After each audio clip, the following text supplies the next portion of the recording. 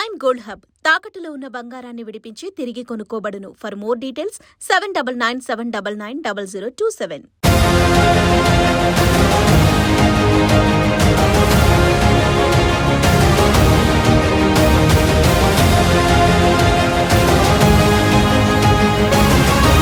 Political junction వర్తమాన రాజకీయాలపై సమగ్ర విశ్లేషణ అందిస్తుంది. నమస్తే, వెల్కమ్ టు ఆదాన్. నమస్తే శ్రీనివాస్ గారు. నమస్తే శ్రీనివాస్ గారు, ఈరోజు మన డిస్కషన్లో ముఖ్యమైనటువంటి అంశాలు. కొడాల నానికి లుకౌట్ నోటీసులు సర్క్యులర్ ఏదో జారీ చేసినట్టున్నారు. ఇంకా నోటీసులు పూర్తి స్థాయిలో వచ్చాయా లేదా అన్న దాని మీద ఇంకా పూర్తి స్థాయి క్లారిటీ అయితే లేదు. కొన్ని మీడియా సంస్థలు వచ్చాయి, ఇచ్చేసారంటున్నారు, కొన్ని ఇంకా రాలేదు, వస్తాయంటున్నారు. సరే, మొత్తానికి ఆయన ఆరోగ్యం బాగాలేదు, ముంబై వెళ్ళాడు, గుండె ఆపరేషన్ చేయించుకున్నాడు, అది ఇది అని చెప్పేసి రకరకాల వ్యాఖ్యానాలు వస్తున్న నేపథ్యంలో నేను ఏదో ఒక పెళ్లికి అటెండ్ అయ్యాడని కూడా హైదరాబాద్లో కథనాలు వస్తున్నాయి. సరే, అవన్నీ కాసేపు పక్కన పెట్టినట్లయితే మా నెక్స్ట్ టార్గెట్ నానియే, రేపటి రోజున శ్రీకృష్ణ జన్మస్థానానికి క్యూ కట్టేది ఆయనే, టికెట్ రెడీ చేసామనేటటువంటి సందేశాన్ని ఇస్తున్నారా? At the same time Nani ఒక్కడ అరెస్ట్ అయితే టీడీపీ క్యాడర్లో గూడు కట్టుకున్నటువంటి ఆగ్రహావేశాలను దాదాపు 90% చల్లారిపోయిన అవకాశం ఉంటుందా, ఏంటి మరి అనేది మనం మాట్లాడే ప్రయత్నం చేద్దాం. అంటే ఇక్కడ కేవలం అరెస్టు ఈ ప్రక్రియ కాదు, కక్ష సాధింపుగా ఎక్కడా ఉండకుండా నిజంగానే ఆరోపణలు, కేసులు, అరెస్ట్ అవ్వాల్సినటువంటి పరిస్థితులు నాని విషయంలో ఉన్నాయనేది కూడా మనం మాట్లాడే ప్రయత్నం చేద్దాం.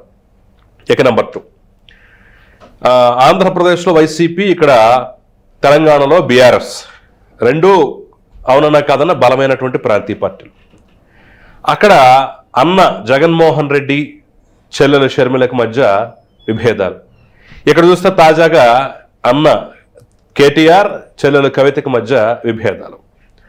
సో అసలు ఏం జరుగుతోంది అనేది ఒక్కసారి మనం మాట్లాడేటటువంటి ప్రయత్నం చేద్దాం. ఎందుకంటే ఇక్కడ కూడా ఆంధ్రప్రదేశ్లో అన్నా చెల్లెల మధ్య గొడవ ఏ స్థాయికి వెళ్ళిపోయింది, ఏ స్థాయి వరకు వెళ్ళింది, ఇప్పుడు ఏ రకంగా ఉందో మనం చూస్తున్నాం. సేమ్ ఇక్కడ కూడా అలాంటి పరిస్థితులే రిపీట్ అవుతున్నాయా, కవిత మరో షర్మిల కాబోతోందా అనేటటువంటి అంశాల మీద చర్చోపచర్చలు జరుగుతాయి. రెండింటిని పక్కన పెట్టి పోల్చి మరీ చూపిస్తున్నాం. సహజంగా వాళ్ళిద్దరి మధ్య ఉన్నటువంటి స్నేహబంధాలు, రెండు పార్టీల మధ్య ఉన్నటువంటి అనుబంధం కూడా మనకు తెలిసింది. సేమ్ అక్కడలాగే ఎక్కడలాగా అక్కడ రిపీట్ కాబోతోందా అనేది కూడా మనం మాట్లాడే ప్రయత్నం అయితే చేద్దాం. ఇక అట్ ద సేమ్ టైం మూడో టాపిక్గా మనం తీసుకున్నట్టయితే మిథున్ రెడ్డి. ఇప్పటి వరకు లిక్కర్ స్కామ్లో వాళ్ళ పాత్రలు, వీళ్ళ పాత్రలు తప్ప మిథున్ రెడ్డి పాత్ర గురించి జరిగిన చర్చ చాలా తక్కువ. ఇప్పుడు అది కూడా జరగబోతోందట. అట్ ద సేమ్ టైం దాని మీద ఆరోపణలు కూడా రాజకాస్ రెడ్డి అనో, వాళ్లనో, వీళ్లనో, ధనుంజయ రెడ్డి వాళ్ళు వీళ్ళు అంటున్నారు. అసలు కింగ్ పిన్ ఎందుకు మిథున్ రెడ్డిని టచ్ చేయట్లేదు? ఆఖరికి నిన్నగాక మొన్న కూడా మహానాడుకు ముందు జగన్ అరెస్ట్ అవుతాడా, మహానాడు తర్వాత అరెస్ట్ అవుతాడనే చర్చలు జరిగాయి తప్ప మిథున్ రెడ్డి అనేటటువంటి వ్యక్తి పేరుని ఇంతవరకు తీయలేదు. మిథున్ రెడ్డిని గుర్తించట్లేదు. ఎందుకు? అతని పాత్ర ఏమన్నా తక్కువ అనేటటువంటి చర్చల నేపథ్యంలో లేదు అతని పాత్ర కూడా ఉంది, రేపటి రోజున అతను కూడా రాబోతున్నాడు అనేటటువంటి అంశం అయితే తెర మీదకి వస్తుంది. సో మరి వాట్ నెక్స్ట్, మిథున్ రెడ్డి భవిష్యత్తు ఏంటనేది కూడా మనం మాట్లాడే ప్రయత్నం చేద్దాం. సో ఫస్ట్గా మనం చూసినట్టయితే కొడాల నాని సర్క్యులర్ ఎలా చూడాలి? లుకౌట్ సర్క్యులర్స్ ఎవరికి జారీ చేస్తారు? మామూలుగా కరడుగట్టిన నేరగాళ్ళు, మావోయిస్టులు, లేకపోతే ఆ ఉగ్రవాదులు, వాళ్ళకి జారీ చేసేటువంటి లుకౌట్ నోటీసులు ఇవాళ ప్రజా నాయకుల, వీళ్ళు ప్రజాప్రతినిధులు. ఇప్పుడు అతను 4 సార్లు మరి గెలిచాడు. ఎవరు? కొడాల నాని గుడివాడ నుంచి 2 సార్లు తెలుగుదేశం, 2 సార్లు వైసీపీ తరఫున. అతను మరి 4 ఏళ్ళు రాజకీయం, 4 సార్లు గెలిచినాడు, మాజీ మంత్రిగా పనిచేసిన వాడు. అతనికి లుకౌట్ ఇవ్వటం అంటే ఏంటి? పరారవటం ఏంటి? వీళ్ళు అజ్ఞాతంలోకి వెళ్ళటం ఏంటి? ఫస్ట్ టైం ఏది మన దేశ చరిత్రలో, అసలు 70 ఏళ్ల రాష్ట్ర చరిత్రలో ఒక రాజకీయ పార్టీ నాయకులు ఇలా పరారవటం ఏంటి? కాకాని గోవర్ధన్ రెడ్డి ఎక్కడ? అతను 5 సార్లు ఎమ్మెల్యే. ఇది అతను మాజీ మంత్రిగా చేసిన వాడు.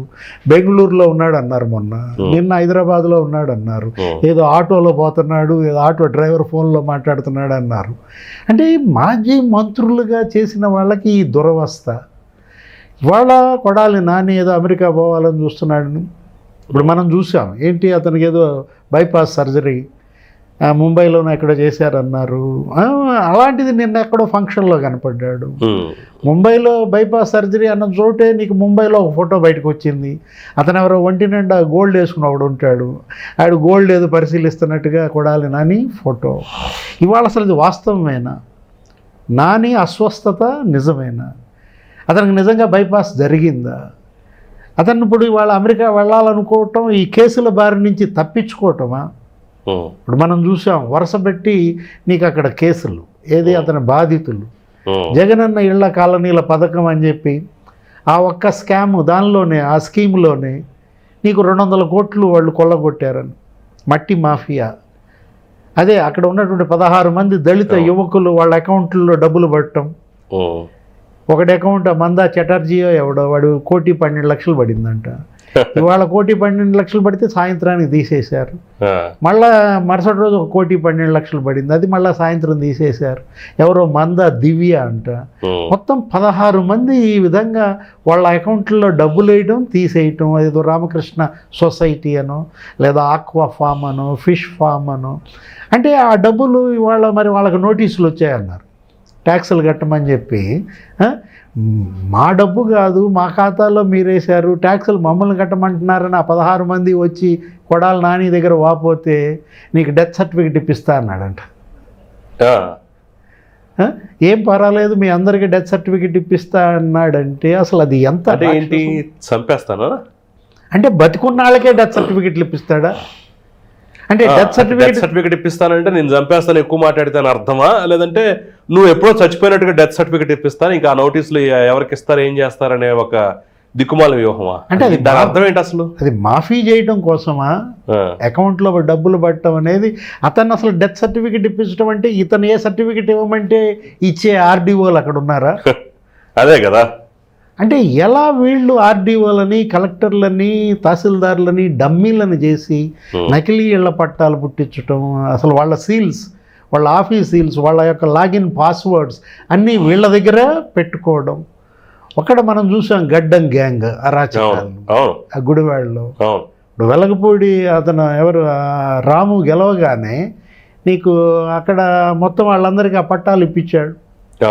రాజేంద్ర నగర్ అనే దగ్గర 100 కోట్ల విలువైన స్థలం అంట, 168 మంది పట్టాలు వీళ్ళు కబ్జా చేసి పారేశారు ఈ గడ్డం గ్యాంగ్ అనేది.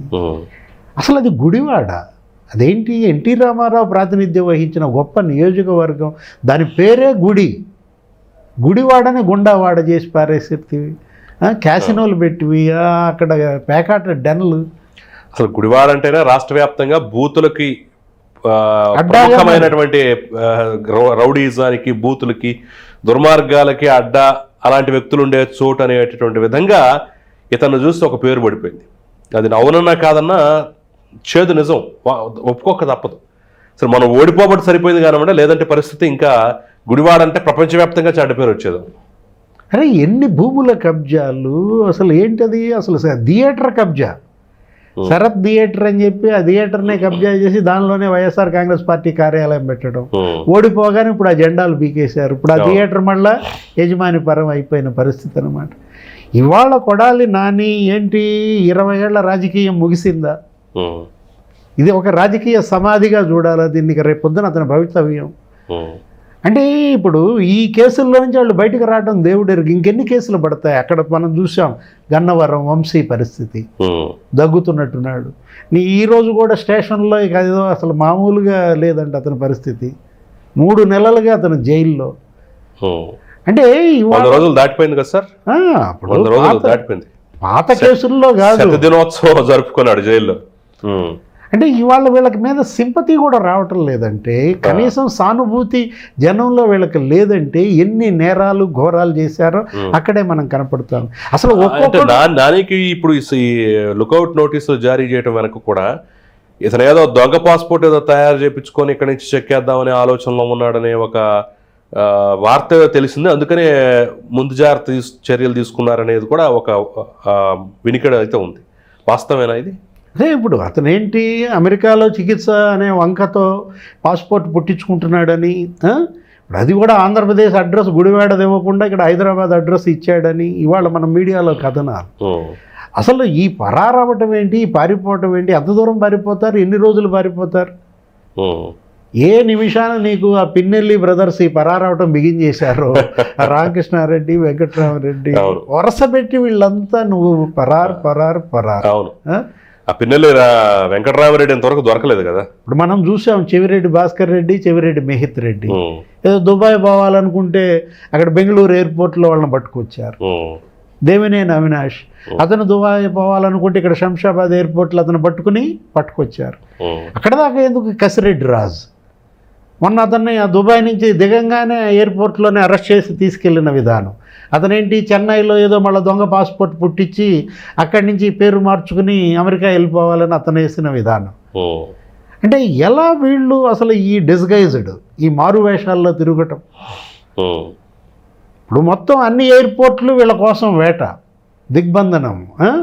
ఇది వీళ్ళ యొక్క అన్ని రూపులు మార్చేసి పలానా గడ్డం పెట్టుకుంటే ఎట్టుంటారు, గడ్డం తీసేస్తే ఎట్టుంటారు, గుండుతో ఎలా ఉంటారు, అట్లా ఒక 10 ఫోటోలు వీళ్ళని మార్ఫింగ్ అది చూపించి అక్కడ సర్క్యులేట్ చేసి వాళ్ళ కోసం వేట నడుస్తోందంటే ఇవాళ ఈ పరిస్థితి ఎందుకు తెచ్చుకున్నారు? స్వయంకృతాపరాధాలు చేసుకున్న వాళ్ళకి చేసుకున్నంత మహాదేవ. జగన్మోహన్ రెడ్డి మరో 30 ఏళ్ళు అతనే సీఎంగా ఉంటాడన్నటువంటి భ్రమల్లో వాళ్ళుండి అసలు ఎన్నెన్ని మాటలు మాట్లాడారు, అసలు ఏ విధంగా నోటి దూల. ఇప్పుడు కొడాలి నాని మాట్లాడిన మాటలు ఆ రోజు మనం చూసాం. ఇప్పుడు నువ్వు బెయిల్ కోసం వెళ్తున్నావా? గతంలో చంద్రబాబు బెయిల్ కోసం వెళ్ళినప్పుడు ఏమని మాట్లాడాడు? ఏదో గుండెకాయ, ఆ కాయ, ఈ కాయ అని అతను అన్న మాటలు ఇప్పుడు ఆ వీడియో వైరల్ చేస్తున్నారు. ఇప్పుడు నీకే కాయ బాగోలేదని. ఇవాళ కొడాలి నాని ఏంటి, అతను అరెస్ట్ తప్పదు. సివిల్ సప్లైస్ మినిస్టర్గా మొత్తం అతనేంటి MDU వాహనాల కొనుగోలు అదొక పెద్ద స్కామ్ అంటున్నారు నాదెండ్ల మనోహర్. 1800 కోట్ల రూపాయలు దుర్వినియోగం. ఇప్పుడు ఆ వాహనాలన్నీ నిలిపేశారు. మనం చూసాం 20,000 కోట్ల రైస్ వీళ్ళు విదేశాలకి ఎగుమతి చేశారని.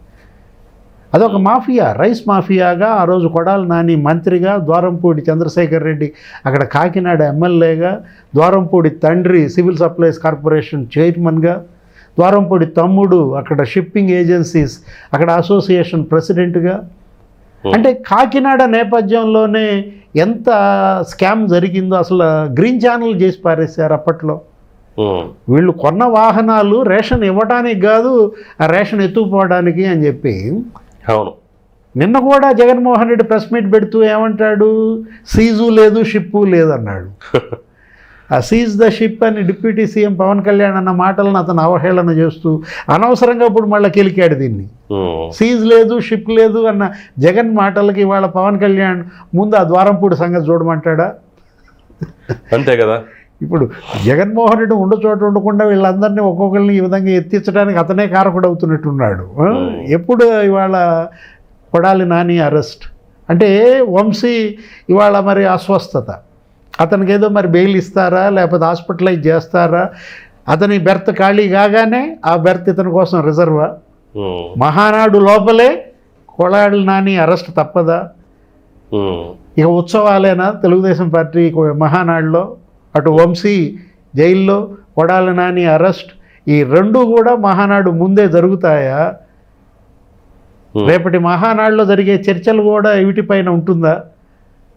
అటు అభివృద్ధి, ఇటు సంక్షేమం, వీటిపైన హామీలు అమలు చేయటం, ఇవే కాకుండా పెట్టిన కేసులు, అరెస్టులు, వరుస పెట్టి జరుగుతున్నటువంటి ఆ కేసుల తీరుతెన్నులపైన కూడా సమీక్ష ఉంటుందా మహానాడులో? ఖచ్చితంగా. సో అంటే అరెస్ట్ అనేది తప్పనటువంటి పరిస్థితుల్లో మరి దీన్ని వైఎస్ఆర్ కాంగ్రెస్ పార్టీ ఎలా చూసే అవకాశం ఉందంటారు? ఎందుకంటే వంశీ విషయంలో కానివ్వండి, నాని విషయంలో కానివ్వండి, వీళ్ళు వాళ్ళని ఏ రకంగా ఉపయోగించుకున్నారో మనం చూస్తున్నాం. ఆ తర్వాత పార్టీ నుంచి సపోర్ట్ పెద్దగా ఏమీ కనిపించలేదు. కేవలం ఒకసారి వచ్చాడు జగన్మోహన్ రెడ్డి, జైల్లో పలకరించాడు, అందగాడు అన్నాడు. ఆ పాపానికి ఇప్పుడు వంశీ అందవిహీనంగా అయిపోయినటువంటి పరిస్థితి. రేపటి రోజున నాని కూడా ఈ రకంగా, ఎందుకంటే నానిని దమ్ముంటే అరెస్ట్ చేయండి అది ఇది అని చెప్పేసి వీళ్ళే సోషల్ మీడియాలో రెచ్చగొడుతున్నారట. సో అక్కడ కూడా కులం అనేదాన్ని కొంత ఇచ్చేసి అరెస్ట్ అయితే అరెస్ట్ అయ్యారు వాళ్ళ కులం వాళ్ళే కానీ అనేటటువంటి రీతిలో దమ్ముంటే అరెస్ట్ చేయండి నానిని నాని ఇది ఏది పేకలేరు మీరు అనేటటువంటి ఒక దీన్ని రెచ్చగొట్టే దూరంలోకి తీసుకెళ్తున్నారట. అంటే దీన్ని ఎలా క్యాష్ చేసుకునే అవకాశం ఉంటుంది? అంటే నేరానికి కులం ఏంటి? ఇక్కడ ఇవాళ వీళ్ళు చేసిన నేరాలు కులం చూపించి నేరాలకు పాల్పడ్డారా? ఇప్పుడు అవినీతికి కులం ఏంటి? కులం చూపించి వీళ్ళు అవినీతి కుంభకోణాలకు పాల్పడ్డారా?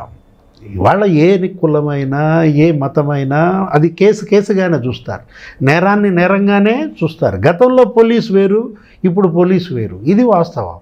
జగన్మోహన్ రెడ్డి హయాంలో అప్పట్లో మనం చూసాం ఐపీఎస్లు ఐఏఎస్లు ఎలా ఐఏఎస్లుగా జగన్ భక్త ఐపీఎస్లుగా మారి అప్పట్లో వాళ్ళు కూడా ఇవాళ జైలుకి వెళ్తున్న పరిస్థితి. ఏది నాయకులే కాదు అధికారులు కూడా ఇవాళ జగన్మోహన్ రెడ్డి అతను అన్నదానికల్లా కూడా మరి వీళ్ళు డూడు బసవన్నలుగా తల ఊపినప్పుడు ఇవాళ మనం చూసాం ఐపీఎస్ టిఎస్ఆర్ ఆంజనేయులు ఎక్కడున్నాడు? కాదంబరి జత్వానీ కేసు కిడ్నాప్ కేసులో ఆ రోజు అసలు సీఎం ఆఫీస్ అదే సెటిల్మెంట్లు అట్లాగా మారిందని. ఇప్పుడు మనం చూసాం CMO principal secretary Dhanunjaya Reddy ఎక్కడున్నాడు? ఇవాళ జైల్లో ఉన్నాడు. అంటే లిక్కర్ కుంభకోణంలో ఇవాళ ధనుంజయ రెడ్డి అతనే మొత్తం దానికి కారకుడైనటువంటి పరిస్థితి.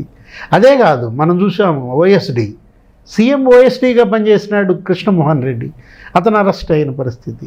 అంటే పిఎస్ఆర్ ఆంజనేయులు ఐపీఎస్, లేకపోతే ధనుంజయ రెడ్డి ఐఏఎస్, లేకపోతే కృష్ణమోహన్ రెడ్డి, ఎంతమంది ఇవాళ జగన్మోహన్ రెడ్డి వల్ల బలయ్యారు.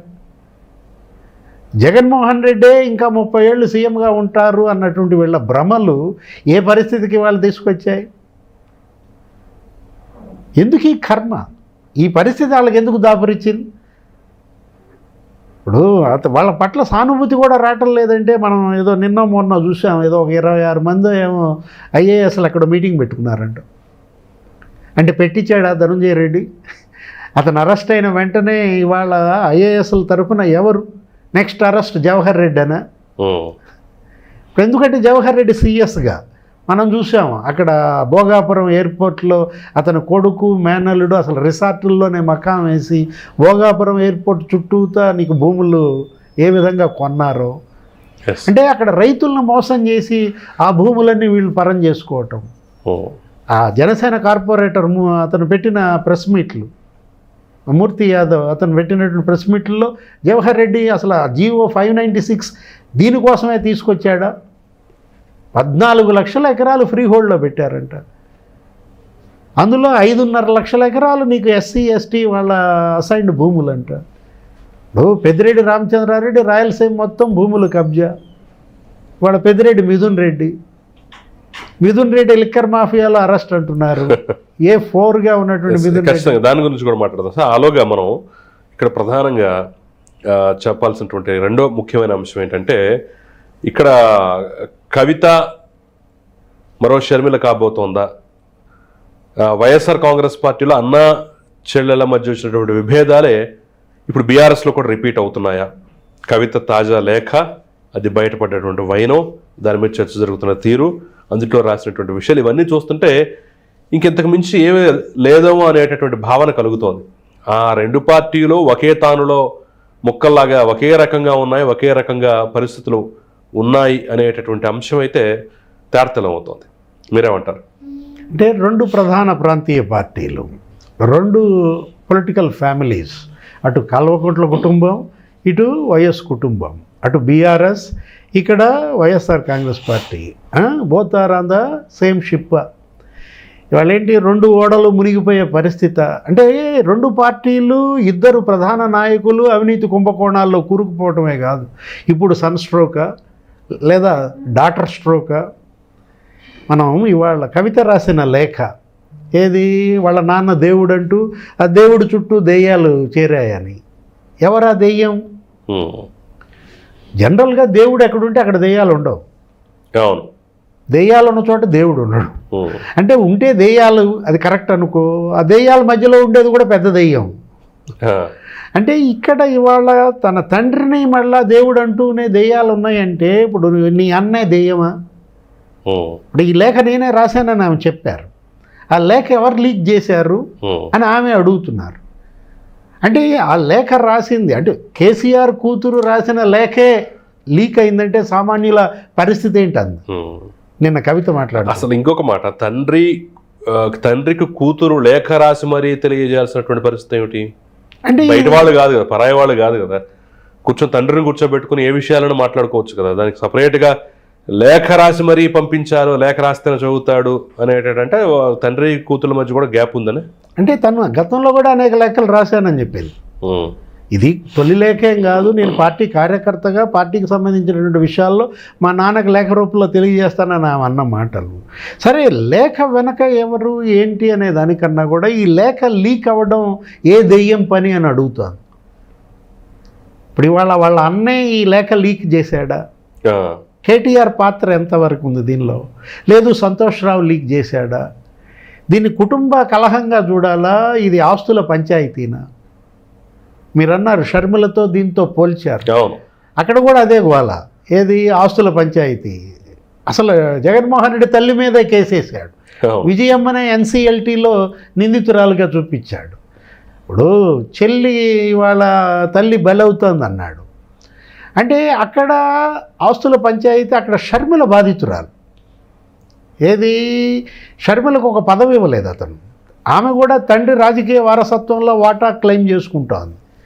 జగన్మోహన్ రెడ్డిని నిలబెట్టిన వాళ్ళల్లో షర్మిల ఒకళ్ళు. ఆ రోజు ఏది పాదయాత్ర చేసి ఆ పార్టీ నిలబెట్టింది. తను కడప ఎంపీ సీట్ అడిగితే ఇవ్వలేదు, పోనీ రాజ్యసభకి పంపలేదు, ఆ అసంతృప్తి ఆమెలో ఉంది. కానీ ఇక్కడ అలా కాదు, కవిత కేసు వేరు. కవిత ఏంటి, కవితకి రాజకీయ వారసత్వంగా ఆయన ఇచ్చాడు హక్కు. నిజామాబాద్ లోక్సభ సభ్యురాలుగా ఉన్నది నిన్నటిదాకా. నెక్స్ట్ మొన్న కూడా ఓడిపోయినా కూడా ఎమ్మెల్సీ ఇచ్చాడు. మరి ఇంకా కవిత అసంతృప్తికి కారణం ఏంటి అంటే కేవలం మరి ఆస్తుల పంచాయతీ అయినా. ఇప్పుడు ఇవాళ సంతోష్రావు పేరిట ఉన్న ఆస్తులేంటి, కవిత పేరిట ఉన్న ఆస్తులేంటి? ఒకవేళ సంతోష్రావు ఆస్తులు ఈ పేరు మీద మార్చట్లేదు లేదా? దీన్ని మనం రాజకీయ పంచాయతీగా చూడాలా, ఆస్తుల పంచాయతీగా చూడాలా? తను అంటోంది ఏంటి కవిత, తెలంగాణ ప్రజలందరి అభిప్రాయాలనే తను వ్యక్తీకరించాను. కొన్ని పాజిటివ్ అంశాలు చెప్పింది, నెగిటివ్ అంశాలు చెప్పింది. నెగిటివ్ అంశాల్లో ఏమన్నది, మీరు 2001 నుంచి పార్టీలో నడిచిన వాళ్ళ పేర్లు వాళ్ళకి సన్మానం చేయటమా, మీతో పాటు ఇన్నేళ్ళు 25 ఏళ్ళుగా ప్రస్థానం పార్టీలో వాళ్లకు గుర్తింపిస్తే బాగుండేది అన్నది. వాస్తవమే, అది అందరూ అన్న మాటే. ఆ రోజు రజతోత్సవ సభ ఏది కేసీఆర్ ఒక్కడే మాట్లాడాడు. ఆ రోజు స్వాగతోపన్యాసం కూడా ఎర్రబల్లి దయాకర్ రావు 1 మినిట్లో క్లోజ్ చేశాడు. అసలు అది రజతోత్సవ సభ, పాపం అంతమంది జన సమీకరణ ఎంత ఊపిరి పోసిందో, ఇప్పుడు ఈ లేఖ అంత ఊపిరి తీసిందా? అవును. ఇవాళ కేటీఆర్ ప్రెస్ మీట్ పెట్టాడు దీనిపైన. కేటీఆర్ ప్రెస్ మీట్ పెడుతూ ఏమన్నాడు, తన పార్టీలో రేవంత్ కోవర్ట్లు ఉన్నారన్నాడు. అంటే చెల్లెల్లే రేవంత్ కోవర్ట్ అంటున్నాడా? మనకు అదే కనపడుతోంది.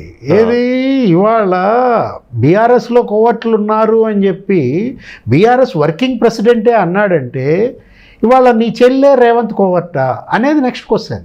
ఎందుకంటే రేవంత్ రెడ్డి ఈమె వ్యాపార భాగస్వాములని అప్పట్లో ఏదో మీడియాలో చూసాం, ఏదో కంపెనీలో ఈమె డైరెక్టర్, రేవంత్ రెడ్డి కూడా డైరెక్టర్ అన్నారు. అంటే ఏంటి, వాళ్ళ ఇద్దరి మధ్య వార్ నడుస్తోందా? ఇప్పుడు నాన్న చుట్టూ దెయ్యాలు ఉన్నాయని కవిత అన్న మాటలు కేటీఆర్ను ఉద్దేశించి, పార్టీలో రేవంత్ కోవర్ట్లు ఉన్నారు అని కేటీఆర్ వ్యాఖ్యలు కవితను ఉద్దేశించి, అసలు ఏం జరుగుతుంది బీఆర్ఎస్లో? ఈ రెండింటి మధ్య కేసీఆర్ నలిగిపోతున్నారా? అసలు ఈ లెటర్ లీక్ చేసిందే కేసీఆరా? ఇవాళ అనేక రకాల అనుమానాలు. ఏది లెటర్ లీక్ చేసింది అయితే వర్కింగ్ ప్రెసిడెంట్ అవ్వాలి, లేకపోతే ప్రెసిడెంట్ అవ్వాలి. ఎందుకంటే అది ప్రెసిడెంట్కి రాసిన లేఖ. తన తండ్రికి రాసిన లేఖ లీక్ చేశారంటే ఆ తండ్రే లీక్ చేసి ఉండాలి, లేదా అన్న లీక్ చేసి ఉండాలి. అంతే తప్ప ఇంకా వేరే వాళ్ళకి ఎవరికి తెలుస్తుంది ఆ లేఖ? వాళ్ళ ప్రమేయంతోనే ఆ లేఖ లీక్ అయి ఉంటుంది. అంటే కవితను బలి చేస్తున్నారా? ఇవాళ స్కేప్ గోట్ ఎవరు? ఇవాళ కవిత ఏది, వాళ్ళ బీఆర్ఎస్కి ఒక గుదిబండ, ఆమె తీహారు, ఆ జైలు, ఆ మద్యం స్కాము, ఢిల్లీ లిక్కర్ స్కామ్, ఇవాళ బీఆర్ఎస్ ఓటమికి అదే ప్రధాన కారణం అనే ఉద్దేశంతో కవితను వదులుచుకుంటున్నారా? ఎవరి స్కేప్ గోట్? అసలు బీఆర్ఎస్ఎస్ కేప్ గోట్ అవుతుందా? ఇప్పుడు సో బీఆర్ఎస్ బీజేపీకి దగ్గర అవుతోంది, బీజేపీని విమర్శించట్లేదు అనేటటువంటి యాంగిల్లోనే కొంత కవిత అసంతృప్తిగా ఉన్నారనేది కూడా ఒక వార్త వస్తుంది కదా, అదే ఆమె లేఖలో కూడా దాన్ని మెన్షన్ చేశారు. అవును కదా. ఏది మీ స్పీచ్లో వాళ్ళ నాన్న ఉద్దేశించి మాట్లాడుతూ రాస్తూ మీరు రేవంత్ రెడ్డికి పేరు ఎత్తలేదు, రేవంత్ రెడ్డి పేరు ఎత్తకపోవడం ద్వారా మీరు మంచి మెసేజ్ పంపారు ప్రజల్లోకి, అందరూ హర్షించారు, కానీ బీజేపీ గురించి మీరు తక్కువ మాట్లాడటం, అది వాళ్ళ రేవంత్ రెడ్డి పేరు ఎత్తనప్పుడు సంతోషించిన వాళ్ళు బీజేపీ పేరు ఎత్తనప్పుడు ఎందుకు బాధపడాలి? అంటే వీళ్ళక్కడ అసలు రేవంత్ ని గుర్తించట్లేదు, బీజేపీని గుర్తించట్లేదు అని అనుకోవచ్చు కదా. రేవంత్ ని గుర్తించకపోతే మాత్రం మైలేజ్ వచ్చి, బీజేపీని గుర్తించకపోతే మాత్రం డ్యామేజ్ ఎందుకు అవుద్ది?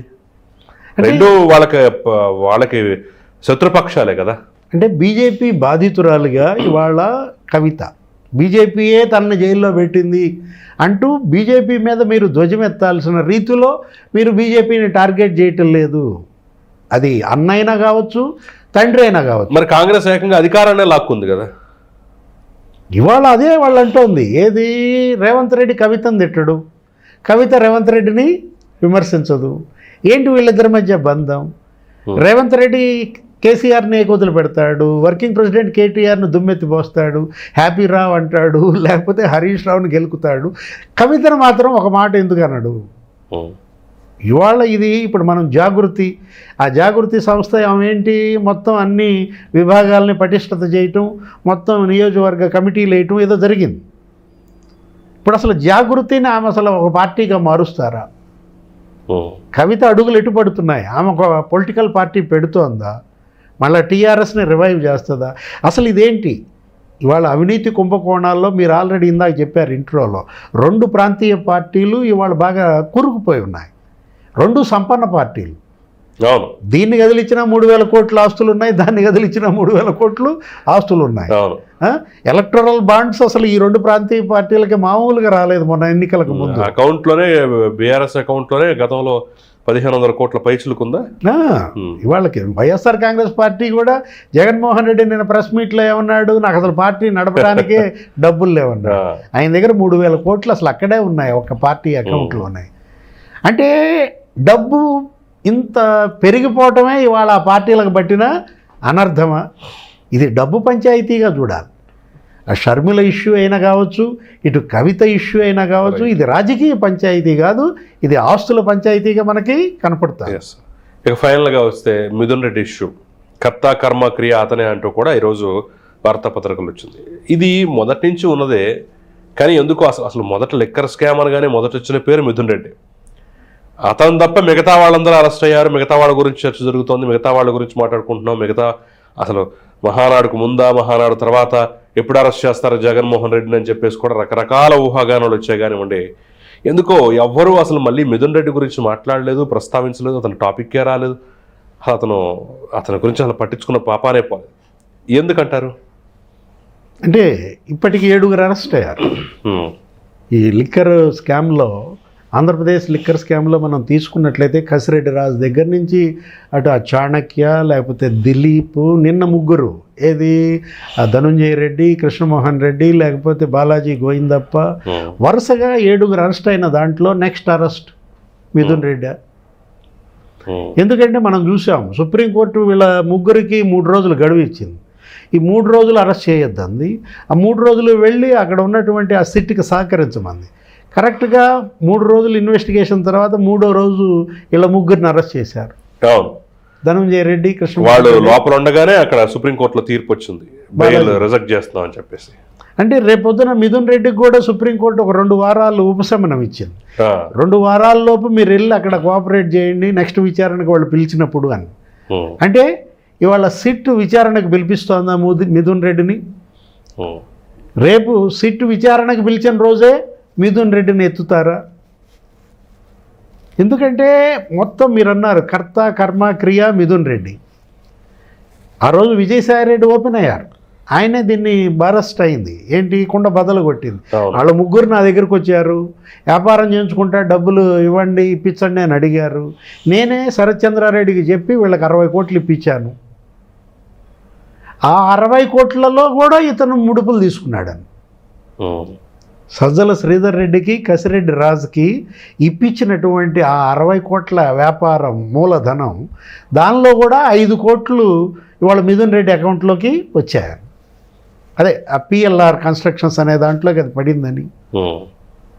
మనం అరవిందో నుంచి నీకు ఏదో డికార్ట్ అనేటటువంటి దాంట్లోకి వచ్చాయని, ఆ డికార్ట్ లాజిస్టిక్స్ నుంచి నీకు ఎస్పీవై దాంట్లోకి వెళ్ళాయని, నెక్స్ట్ పిఎల్ఆర్ దాంట్లోకి వచ్చినటువంటి 5 కోట్లు అదేంటి మనీ ట్రయల్ దొరికిపోయిన పరిస్థితి. వీళ్ళు ఏమని చెప్తారు, మిథున్ రెడ్డి మొన్న వచ్చిన విచారణలో ఏమని చెప్పాడు, మేము వ్యాపారం అన్నా కొంతమంది దగ్గర అప్పు తీసుకుంటాం, చేబదులు తీసుకుంటాం, వస్తుంటాయి పోతుంటాయి అని ఏదో చెప్పాడు. అంటే మీరు 5 కోట్లు మీరు పెట్టుబడి తీసుకునే పరిస్థితుల్లో మీరు ఉన్నారా? అది కేవలం ముడుపుల సొమ్మే. ఇవాళ ఇదొక్కటే కాదు, ఈ మొత్తం ఏది ఇవాళ వసూలు చేసిన డబ్బు రోజుకు 2 కోట్ల చొప్పున వసూలు చేశారు, కేవలం ముడుపుల రూపంలో అన్నారు. 3113 కోట్లు. ఆ 3113 కోట్లలో 1000 కోట్లతో బంగారం కొన్నారని.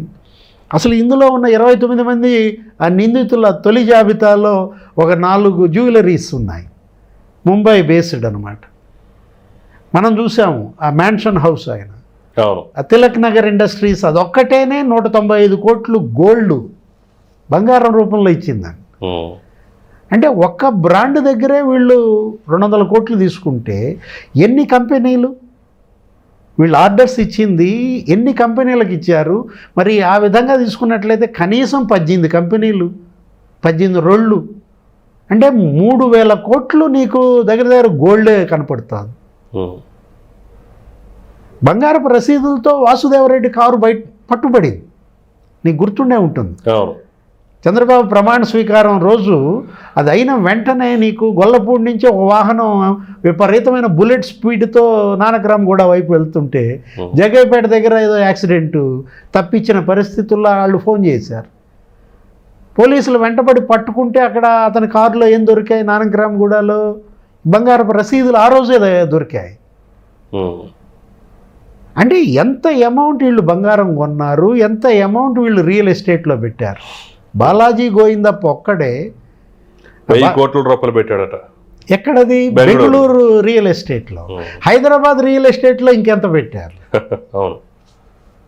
వీటన్నిటిపైన లోతైన విచారణ జరపాలంటే ముందు ఆ కింగ్ పిన్ మీరు అన్నటువంటి ఆ మిథున్ రెడ్డి అరెస్ట్ అయితే తప్ప ఈ కేసు ఇక బిగ్ బాస్ దాకా వెళ్ళదు.